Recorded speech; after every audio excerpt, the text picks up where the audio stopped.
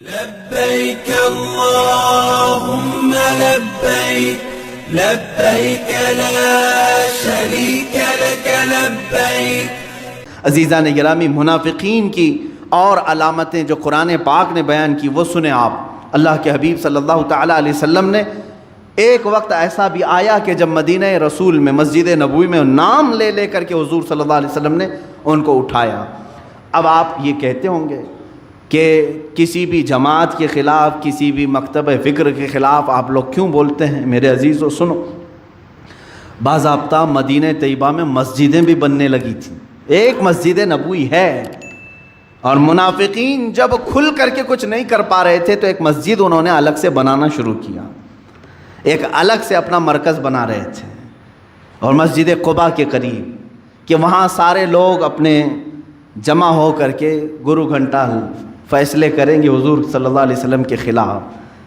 اس کو مسجد ضرار کہتے ہیں قرآن پاک میں، اور انہوں نے حضور صلی اللہ علیہ وسلم کی بارگاہ میں کیا بہانہ پیش کیا؟ کہا کہ ہم کو لمبا ہوتا ہے مسجد نبوی آنے کے لیے، مسافت زیادہ ہے، ہم وہیں پر نماز پڑھ لیں گے، اپنی جماعت کر لیں گے، کبھی کبھار آپ کے پاس آئیں گے، یہ بہانہ کر کے مسجد بنائیں۔ لیکن اس مسجد میں فتنے ہوتے تھے، سوائے رسول پاک کی گستاخی کے اور کچھ نہیں ہوتا تھا۔ وہاں پر ہمیشہ مسلمانوں کو توڑنے کی باتیں ہوتی تھیں، وہ مسلمان ہی تھے، بظاہر چہرے سے مسلمان تھے، حضور صلی اللہ علیہ وسلم کے پیچھے نمازیں پڑھتے تھے اور وہاں بیٹھ کر کے فیصلے اس طرح کے کرتے تھے۔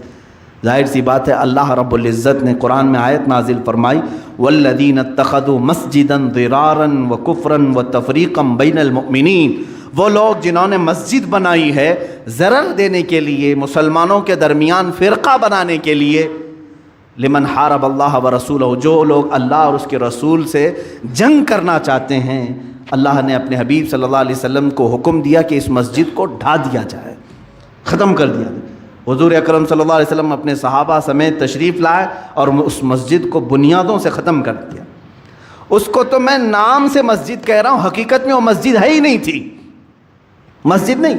مسجد کسے کہتے ہیں؟ اسی کی آیت میں 11ویں پارے میں اللہ نے فرمایا لَمَسْجِدٌ أُسِّسَ عَلَى التَّقْوَى، مسجد وہ ہے جو تقوی کی بنیاد پر رکھی جائے، اللہ رب العزت اور اس کے حبیب صلی اللہ علیہ وسلم کے عشق اور محبت کی بنیاد پر رکھی جائے، وہ مسجد ہے۔ اور جس مسجد میں منافقت ہو، وہ چاہے 10 مینار والی ہو کہ 14 مینار والی ہو، اسے مسجد نہیں کہا جائے گا۔ جہاں سے محبت رسول صلی اللہ تعالیٰ علیہ وسلم کی خوشبو آتی ہے، وہ مسجد اگر جھونپڑی میں بھی ہو تو وہ مسجد ہے، وہ حرم ہے۔ اور اگر بغض رسول اور عداوت رسول جس جگہ سے سنائی دے رہا ہو، وہ مسجد نہیں کہلائے گی میرے عزیزو، ایک پکی عمارت ہے بس، اور کچھ نہیں ہے۔ اس طرح سے اللہ کے رسول صلی اللہ علیہ وسلم کو اس کو ختم کرنے کا حکم دیا گیا۔ اسی لیے میں نے پچھلے جمعہ بھی کہا تھا، اقبال نے جو بات کہی وہ بہت سچ کہی ہے، آبروئے ماں ز نام مصطفیٰ، ہماری سب کی آبرو عزت کس سے جڑی ہوئی ہے؟ نام مصطفیٰ سے۔ اس میں اگر ذرا برابر بھی کمی آ گئی تو سمجھ لو نہ تم مسلمان ہو نہ تم انسان ہو، تمہاری کوئی حیثیت نہیں ہے۔ اسی لیے اقبال نے یہ بھی کہا ہے بمصطفیٰ برسا خیش کے دی ہما اوست، اپنے آپ کو نبی کونین صلی اللہ علیہ وسلم تک پہنچا دو، اس لیے کہ یہی اصل دین ہے۔ تم اگر ان کی ذات تک پہنچ گئے یہی دین ہے۔ اگر بؤ نہ رسیدی تمام بو لہبیس، اگر حضور صلی اللہ علیہ وسلم تک تم نہیں پہنچ سکے تو پوری زندگی تمہاری بو لہب کی طرح ہے، ابو لہب کی طرح ہے کہ حضور صلی اللہ علیہ وسلم کو چھوڑ کر کے جینا۔ عزیزان گرامی وقار، اب میں آپ کو یہ بھی بتا دوں کہ نفاق عملی کیا ہے، نفاق اعتقادی کیا ہے۔ کبھی منافق عمل سے ہوتا ہے اور کبھی عقیدے میں بھی ہوتا ہے۔ اللہ ایک ہے، یہ عقیدہ سب کا ہے۔ حضور صلی اللہ علیہ وسلم اللہ کے آخری رسول ہیں، یہ عقیدہ سب کا ہے۔ اللہ کے فرشتے ہیں، اللہ کی کتابیں ہیں، اللہ قیامت کا ایک دن لانے والا ہے، تقدیر ہے، مرنے کے بعد ہم دوبارہ اٹھائے جائیں گے، یہ سب پر ایمان ہے۔ یہ بنیادی ایمان ہے، یہ بنیادی، اس کو کہتے ہیں عقیدہ۔ اس میں ذرا برابر رد و بدل نہیں ہوگا، یہ عقیدہ ہے۔ کچھ عمل ہیں، عمل جیسے نماز ہے، روزہ ہے، زکوٰۃ ہے، حج ہے، یہ سب کیا ہیں؟ یہ عمل ہے۔ عمل کہتے ہیں ایکٹیویٹیز، آپ کر کے دکھا رہے ہیں۔ اللہ ایک ہے، آپ کر کے کچھ نہیں دکھانا ہے، آپ کو دل میں ماننا ہے۔ فرشتے ہیں اللہ کے، آپ کو کر کے کچھ نہیں دکھانا ہے، دل میں ماننا ہے۔ ایمان دل کا نام ہے، اور اسلام یہ عمل کا نام ہے.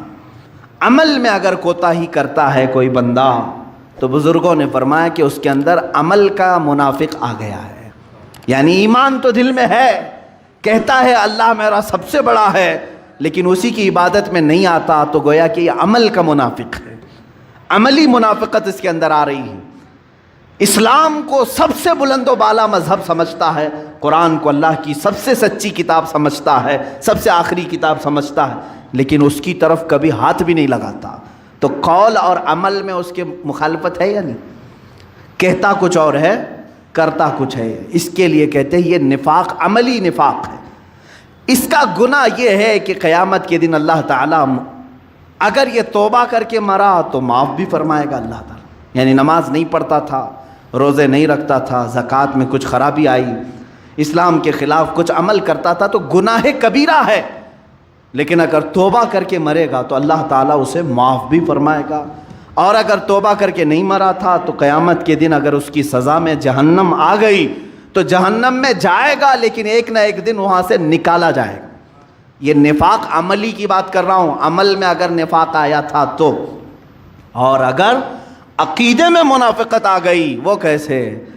کہتا ہے اللہ ایک ہے ہمارے سامنے، اور ہندوؤں کے پاس کہتا ہے جتنے تمہارے خدا ہیں اتنے میرے بھی ہیں. عیسائیوں کے پاس کہتا ہے تمہارے ہاں 3 ہیں، میں بھی 3 کو مانتا ہوں. تو یہ اعتقادی منافق ہے، یعنی سب کے پاس جہاں گیا ویسا رنگ ڈال لیا. یہ منافق اعتقادی ہے. قادیانیوں کے پاس گیا، کہا کہ تمہارا جو آخری نبی تم جس کو غلام احمد قادیانی رسول مانتے ہو، میں بھی اس کو رسول مانتا ہوں. محمد صلی اللہ علیہ وسلم ان کو بھی میں رسول مانتا ہوں. یہ منافق اعتقادی ہے، اس کی بخشش نہیں. یا اگر بغیر توبہ کے مرا تو قیامت کے دن اللہ تعالی ہمیشہ ہمیشہ کے لیے اسے جہنم کے سب سے نچلے طبقے میں داخل کرے گا، سب سے نچلے طبقے میں داخل کرے گا. اعتقاد میں نفاق آنے نہ پائے، عمل میں اگر آ گیا تو اس کی توبہ سے معافی کا امکان ہے، بچنے کی صورت ہے. لیکن عقیدے میں اگر منافقت آ گئی تو سمجھ لو میرے عزیزوں کوئی تمہاری مغفرت نہیں، بخشش نہیں. سورہ منافقون کی میں آیتیں پڑھتا ہوں. اللہ فرماتا ہے وَإِذَا رَأَيْتَهُمْ تُعْجِبُكَ أَجْسَامُهُمْ. اللہ جب تم ان کو دیکھو گے تو ان کے جسم تم کو اچھے لگیں گے. منافقین وَإِن يَقُولُوا تَسْمَعْ لِقَوْلِهِمْ كَأَنَّهُمْ خُشُبٌ مُّسَنَّدَةٌ. اللہ فرماتا ہے جب وہ بولیں گے تو تم کو ان کی باتیں اچھی لگنے لگیں گی. وہ ایسا ٹال مٹول کر کے بولیں گے کہ تم کو ان کی باتیں اچھی لگیں گی. ظاہر سی بات ہے اگر صحیح باتیں ہم بتائیں گے تو کڑوی لگیں گے. ہم عیبوں پر اگر انگلی رکھیں تو کڑوی لگیں گے. سود کے خلاف بولیں تو بڈی خور ناراض ہیں، شراب کے خلاف بولو تو شرابی ناراض ہے. یہ تمام چیزیں تو ہمارے ساتھ ہوتی رہتی ہیں میرے عزیزوں. لیکن منافق کرتا کیا ہے؟ کہے تم اپنے اپنے کاموں میں لگے رہو، میں اپنے کام میں لگوں. سمجھوتا کرتا ہے، میں تم کو برا نہیں کہوں گا، تم مجھے برا مت کہنا. یہ سمجھوتا کر کے چلتا ہے منافق. قرآن کہہ رہا ہے جب بھی وہ بات کرے گا تو تم کو اچھا لگے گا. کیوں؟ تمہاری بیماریوں کا وہ ایک بار بھی ذکر نہیں کرے گا. وہ کبھی نہیں بولے گا کہ تم بیمار ہو دل سے، تمہارے اندر خرابیاں ہیں، نہیں بتائے گا. اس لیے تم کو اس کی باتیں اچھی لگنے لگیں. ہماری باتیں کڑوی اس لیے لگیں گی.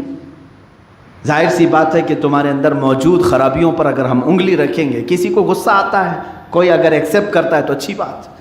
اور آگے سنو یحسبون کل صیحۃ علیہم ھم العدو.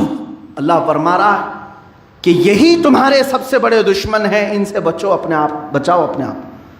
اور اللہ تعالیٰ فرماتا ہے کہ رسول انہیں جب بلاتے ہیں آ جاؤ تو یہ اپنا منہ پھیر لیتے ہیں، ہم کو رسول کی ضرورت نہیں. اور اللہ تعالیٰ فرماتا ہے سواء علیہم استغفرت لہم ام لم تستغفر لہم لن یغفر اللہ لہم. اے رسول آپ ان کو بلا کر کے بخشش کی دعا کریں یا نہ کریں، اللہ ان کو کبھی معاف نہیں کرے گا. لن یغفر اللہ لہم. اللہ فرماتا ہے ہرگز ہرگز اللہ انہیں معاف نہیں کرے گا. یہاں تک کہ منافقین کے لیے جتنا سخت تیور قرآن کی آیتوں میں ہے، آپ دیکھیں 10ویں پارے کی آیت ہے، اللہ فرماتا ہے وَلَا تُصَلِّ عَلَىٰ أَحَدٍ مِّنْهُمْ مَاتَ أَبَدًا وَلَا تَقُمْ عَلَىٰ قَبْرِهِ. اے رسول ان منافقین میں سے جب کبھی کوئی مر جائے تو اس پر نماز نہ پڑھنا. حضور کو حکم ہو گیا، اللہ کے نبی کو جو رحمت للعالمین ہیں، اللہ تعالیٰ فرماتا ہے ہرگز ان پر جنازہ نہ پڑھنا.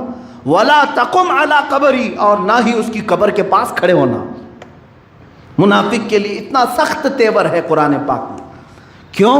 یہ ہمیشہ اسلام کی جڑیں کاٹنے کی کوشش کرتا رہا، لوگوں کو ورغلاتا رہا، اسلام کے خلاف ان کے دلوں میں زہر گھولتا رہا۔ میرے عزیزو، یہ تمہیں معلوم نہیں پڑتا زندگی بھر، اس لیے ایسوں کی دوستی سے محفوظ رہو جو اسلام کی خرابیاں بیان کرنے کے لیے بیٹھتے ہیں۔ میں تو کہتا ہوں بہت ساری مجلسوں میں یہ شکایتیں بھی ہوتی رہتی ہیں، کل ہی میرے ساتھ ایک ایسا معاملہ ہوا، ارے ہم سنیوں کا معاملہ ایسا ہے، اتنے خراب ہو گئے اتنے خراب ہو گئے۔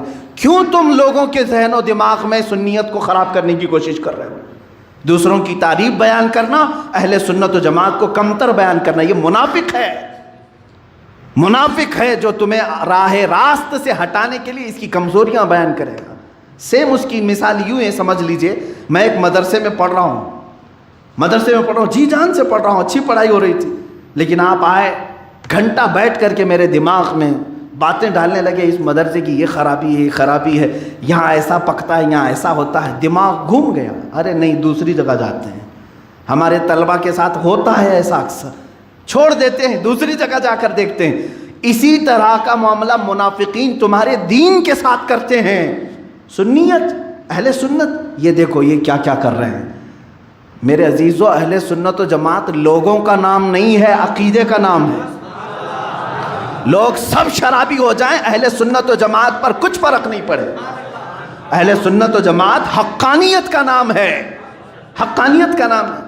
لوگوں میں اگر خرابی آ گئی تو اس سے اس کا کیا فرق؟ سورج پر اگر آپ الزام لگائیں گے تو یہ بے وقوفی ہے۔ سورج کا اپنا کوئی قصور نہیں ہے، سورج جیسا چمکتا ہے ویسے ہی چمکتا رہے گا۔ اہل سنت و جماعت ایمان، دین، اسلام اسی طرح سے ایک روشن چیز ہے، ہاں اس کے اجالے میں رہنے والے اگر پورا اجالا نہیں پائے تو اس میں سورج کا کیا قصور ہے؟ اب مثال میں آپ کو بتا رہا ہوں، سورج نکلا ہے، آپ گھر میں سارے دروازے بند کر کے بیٹھے ہوئے ہیں اور کوس رہے ہیں سورج کو، صبح سے ابھی تک سورج آیا ہی نہیں، اور اس سورج سے میرا کوئی فائدہ ہی نہیں ہے، ایسا ہے سورج ویسا ہے سورج۔ میاں تو اپنے دروازے کیوں بند کیا؟ قصور تیرا ہے۔ دوسرا ایک آدمی باہر بیٹھا آنکھ بند کر کے، صبح سے آنکھ بند کر کے بیٹھا ہوا اور کہہ رہا ہے سورج بالکل اچھا نہیں، سورج بالکل اچھا نہیں، کبھی اس سے اجالا دکھتا ہی نہیں۔ سورج کا کیا قصور ہے؟ تو صبح سے آنکھیں بند کر کے بیٹھا ہے۔ اسی طرح دین اسلام چمکتا ہوا وہ سورج ہے، تم اگر اپنے دل کے دروازے بند کر کے بیٹھے رہو گے، ہو سکتا ہے تمہیں فائدہ نہ پہنچے، اسلام کا اس سے کوئی قصور نہیں۔ میرے عزیزو، اس طرح کی جماعتوں میں منافقین آتے ہیں اور تمہیں ہماری کمیاں اور خرابیاں بتا کر کے اس سے دل برداشتہ کرنے کی کوشش کرتے ہیں۔ اس وقت دعا یہ کرنا، یا مقلب القلوب ثبت قلبی علی دینک، یہ میرے آقا صلی اللہ علیہ وسلم دعا فرماتے تھے، اے دلوں کو پھیرنے والے خدا، میرے دل کو اپنے دین پر ہمیشہ قائم رکھ، میرے دل کو ہمیشہ اپنے دین پر قائم رکھ۔ ہم نے پھرتے ہوئے لوگوں کو بہت دیکھا ہے جو تیرے در سے یار پھرتے ہیں، اعلیٰ حضرت فرماتے ہیں جو تیرے در سے یار پھرتے ہیں در بدر یوں ہی خار پھرتے ہیں۔ وہ ایک بار پھر گئے، در بدر خار پھرتے ہیں۔ عزیزان گرامی وقار، اب میں آپ کو یہاں پر صاف صاف یہ بتانا چاہوں گا منافقین اس زمانے میں کیسا کام کرتے ہیں۔ یہ تو زمانے رسول کی بات تھی، اللہ کے حبیب صلی اللہ تعالیٰ علیہ وسلم کے زمانے میں انہوں نے جنگوں میں، جہاد میں کفار و مشرکین کو ہماری باتیں لیک کیں۔ حضور صلی اللہ علیہ وسلم کی جنگی ترتیبات کو لے جا کر کے ان کے سامنے بیان کرتے، یہاں کہاں غلہ رکھا ہے، کہاں اناج رکھا ہے، یہ سب جا کر بتاتے تھے۔ یہ منافقین اس وقت اس طرح کے دھوکے دیے۔ بغداد کو ہلاکو نے جو تباہ کیا، کسی اور کی وجہ سے ہمت ہی نہیں تھی ہلاکو کی۔ ابن القمی نام کا ایک شیعہ تھا جو ہلاکو سے مل گیا تھا جا کر کے، اور بغداد کے سارے خزانے، سارے جو اہم پوائنٹ ہے وہ جا کر ہلاکو کو اس نے بتایا، اور اس سے ساز باز کر کے خلیفہ بغداد کے خلاف ہلاکو کی سپورٹ میں آ کر پورے بغداد کو تباہ کیا۔ لیکن کیا ہلاکو نے ابن القمی کو چھوڑ دیا؟ اس کو بھی مارا۔ منافق کی یہی حال ہو، اس کی حالت یہی ہے، وہ ساتھ تو دیتا ہے دشمنوں کا لیکن خود بھی اپنے آپ کو بچا نہیں پاتا، خود اپنے آپ کو بچا نہیں پاتا، خود بھی اسی آگ میں جھلس جاتا ہے۔ اسی طرح میرے عزیزو، اب ہمارے دور میں اگر کوئی بھی اس طرح منافقت کی صفت لے کر کے، چاہے وہ جبہ پہنے، قبہ پہنے، ٹوپی پہنے، عمامہ پہنے، اور چاہے کہیں سے بھی کوئی بات لے کر کے آئے، صرف یہ دیکھنا کہ یہ مجھے مدینہ رسول تک پہنچا رہا ہے یا پھر کفار و مشرکین کی تھیلی میں ڈالنے جا رہا ہے، وہیں تم فیصلہ کرنا۔ اگر یہ مجھے سیاست کی بات کر کے، حکومت میں عہدے دلانے کی بات کر کے، یہاں سے سبسڈی لانے کی بات کر کے مجھے قائل کرنے کی کوشش کر رہا ہے، تو گویا کہ مجھے بکرا بنا کر کسی کافر کے جھولے میں ڈالنا چاہ رہا ہے، تم بردملا یہ کہو ہم تو بازار مصطفیٰ میں بکنے والے لوگ ہیں۔ ان کے اقال اور ان کے تمام شماغ کو نہ دیکھنا، یہ وہ لوگ ہیں جو قاتلین مسلمین ہیں، مسلمانوں کے قاتل ہیں، اور انہی کی ریال پر پلنے والے یا ڈالر پر پلنے والے یا پاؤنڈ پر پلنے والے دنیا میں زرخرید پیر بھی ہوتے ہیں، خریدے ہوئے ٹٹو ہوتے ہیں، اور خریدے ہوئے کئی عالم بھی ہوتے ہیں جو مسلمانوں کے درمیان اختلاف پیدا کرنے کی کوشش کرتے ہیں۔ تم آپس میں لڑتے رہو، بھڑتے رہو، ایک دوسرے کو قتل کرتے رہو، اور یہ بیٹھ کر کے گدیوں میں مسکراتے رہیں گے، ہم نے تو اپنا کام کر دیا۔ آپ کتاب پڑھ لینا، موجود ہے۔ ہیمفرے ایک یہودی تھا، وہ مسلمان بن کر کے تقریباً 25 یا 30 سال اس نے خدمات کیا، کہاں کہاں، ترکی میں، عراق میں۔ وہ خود اپنی داستان لکھا ہے ہیمفرے، اس کتاب کا نام ہیمفرے کے اعترافات، کافی سال پہلے میں نے پڑھا تھا۔ اس نے کہا میں مشن پر نکلا تھا، میں نے حدیث پڑھا، قرآن پڑھا، تفسیر پڑھا، سب پڑھا، اور پھر مسلمانوں کی مسجد میں بیٹھا اور درس بھی دیا مسلمانوں کو۔ بصرہ اور کوفہ کے مسلمانوں میں شیعہ اور سنی کی لڑائی میں نے خود شروع کرائی تھی، اس نے اعتراف کیا۔ اس طرح میرے عزیزو ان منافقین کو پہچاننے کی ضرورت ہے۔ عبداللہ بن سبا وہ ایسا منافق ہے جس نے شیعہ جماعت کو وجود میں لایا، یہ وجود میں لایا ہے۔ مسلمانوں میں کوئی فرقہ نہیں تھا، کوئی جماعتیں نہیں تھی، یہ لے کر کے آئے۔ آپ کب تک اس طرح سوتے رہیں گے؟ اپنوں میں سے کیوں نہیں پہچانتے؟ آج ایک بات یاد رکھنا، دین اسلام کے متعلق اعلیٰ حضرت رضی اللہ تعالیٰ عنہ نے فرمایا ہے کہ اگر حضور اکرم صلی اللہ تعالیٰ علیہ وسلم کی محبت کو چھوڑ کر کوئی تمہیں گستاخ رسول سے ہاتھ ملانے کی بات کرے، دین اسلام کے مخالفین سے ہاتھ ملانے کی بات کرے، اعلیٰ حضرت نے اپنی کتابوں میں لکھا، پھر چاہے وہ تمہارا کتنا ہی عزیز کیوں نہ ہو، تمہارا باپ ہی کیوں نہ ہو، اسے ایسے نکال کر پھینکو جیسے دودھ میں سے مکھی کو نکال کر پھینکا، تمہارا اس سے کوئی تعلق نہیں ہونا چاہیے۔ ہمارا رشتہ رسول کریم صلی اللہ تعالیٰ علیہ وسلم سے۔ ارے میاں، ہمارے ہاں تو قانون ایسا چلا ہے اہل سنت و جماعت، ماں رہرہ مطہرہ کے وہ سادات اعظام جہاں سے اعلیٰ حضرت بیعت ہوئے، خاندان میں کچھ لوگ شیعہ ہوئے تو خاندان کے ہی سادات نے علل اعلان یہ ذکر فرمایا کہ ان کا ہمارے خاندان سے کوئی تعلق ہی نہیں ہے، جبکہ وہ اس خاندان کے لوگ تھے۔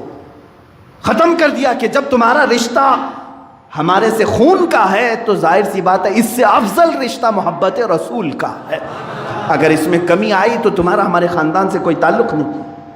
ہم اس اہل سنت و جماعت کے پلیٹ فارم پر ہیں، ہمارے ہاں شخصیتیں اہم نہیں ہیں، ٹوپیاں داڑیاں اہم نہیں ہیں، ہمارے ہاں محبت مصطفیٰ اہم ہے۔ اگر گدڑی پہننے والا عاشق رسول ہے تو ہمارے سروں کا وہ تاج ہے، اور اگر جبے قبے پہننے والا گستاخ رسول ہے، چاہے وہ کسی بھی مسجد یا خانقاہ کی گدی پر ہی کیوں نہ بیٹھے، ہمارا اس سے کوئی تعلق نہیں۔ جو مسلمانوں کو بیچنے کی بات کرے، لے جا کر کے فروخت کرنے کی بات کرے، چند پیسوں میں اور سکوں میں بک جائے، میرے عزیزو ایسے کہ ہاتھ میں ہاتھ ہرگز نہ دینا، یہ منافقین ہیں، ان کو پہچانو اور منافقت سے توبہ کرو۔ اس لیے کہ جتنے اولیاء کاملین آئے سب کی دعاؤں میں دیکھ لینا، وہ روتے روتے یہ دعا کرتے تھے، اے اللہ کفر تو شرک سے تو میں بچ جاتا ہوں، لیکن دل میں کبھی منافقت آ گئی تو یہ معلوم نہیں پڑتا، اے رب ذوالجلال میرے دل کی نفاق سے تو حفاظت فرما۔ مسلمانوں اس سے دعا کرو کہ اللہ ہم کو منافقت سے بچائے، نفاق سے بچائے۔ دیکھو آج ہماری جماعت میں کچھ لوگ منافق آ کر کے مسلمانوں کا عقیدہ خراب کر چکے ہیں۔ عام نوجوان اب صحابہ کی شان میں گالیاں دینے لگا ہے، ان کو کون اس طرح لایا ہے، کون ہے جو اکسایا ہے؟ شان امیر معاویہ کے خلاف بھونکنے والے، سبزیاں بیچنے کی ان کی قدر نہیں ہے، جو دیوار بنانے کے کام کرتے ہیں، جھاڑو جھاڑنے کے کام کرتے ہیں، یہ شان امیر معاویہ میں کتے کی طرح بھونک رہے ہیں۔ ان کو آخر یہاں تک لایا کون؟ ان کے پیچھے کوئی نہ کوئی ایسا منافق ہے جو جماعت اہل سنت میں داخل ہو کر کے، جماعت اہل سنت کا نام لے کر کے ان کو بغض صحابہ سکھاتا ہے۔ سمجھ جاؤ میرے عزیزو، آج صحابہ کی شان میں اس نے سکھایا، کل تمہیں یہ بھی کہے گا کہ رسول مر کر مٹی میں مل گئے، معاذ اللہ رب العالمین۔ سمجھ جانا، اہل سنت و جماعت سے اگر سر منہ بھی انحراف کرو گے تو گمراہی ہے، کھائی ہے۔ اللہ تبارک و تعالی ہمیں ان تمام چیزوں سے محفوظ رکھے۔ ہمارا عقیدہ وہی ہے جو ہمیں ہمارے بڑوں نے سکھایا ہے، انہیں جانا، انہیں مانا، نہ رکھا غیر سے کام۔ للہ الحمد میں دنیا سے، للہ الحمد میں دنیا سے مسلمان گیا۔ میرے آقا صلی اللہ تعالیٰ علیہ وسلم کی بارگاہ میں ہمارے دل و جان اور ساری چیزیں فدا ہیں۔ جو ان سے وابستہ ہے وہ ہمارا ہے، جو ان سے ناآشنا ہے اس سے ہمارا کوئی تعلق نہیں ہے۔ جو تیرے در سے یار پھرتے ہیں، در بدر یوں ہی خار پھرتے ہیں، وہ سوئے لالا زار پھرتے ہیں، تیرے دن اے بہار پھرتے ہیں۔ اللہ تبارک و تعالی ہم سب کو کہنے سننے سے زیادہ عمل کی توفیق عطا فرمائے۔ وآخر دعوانا الحمد للہ رب العالمین۔ السلام علیکم۔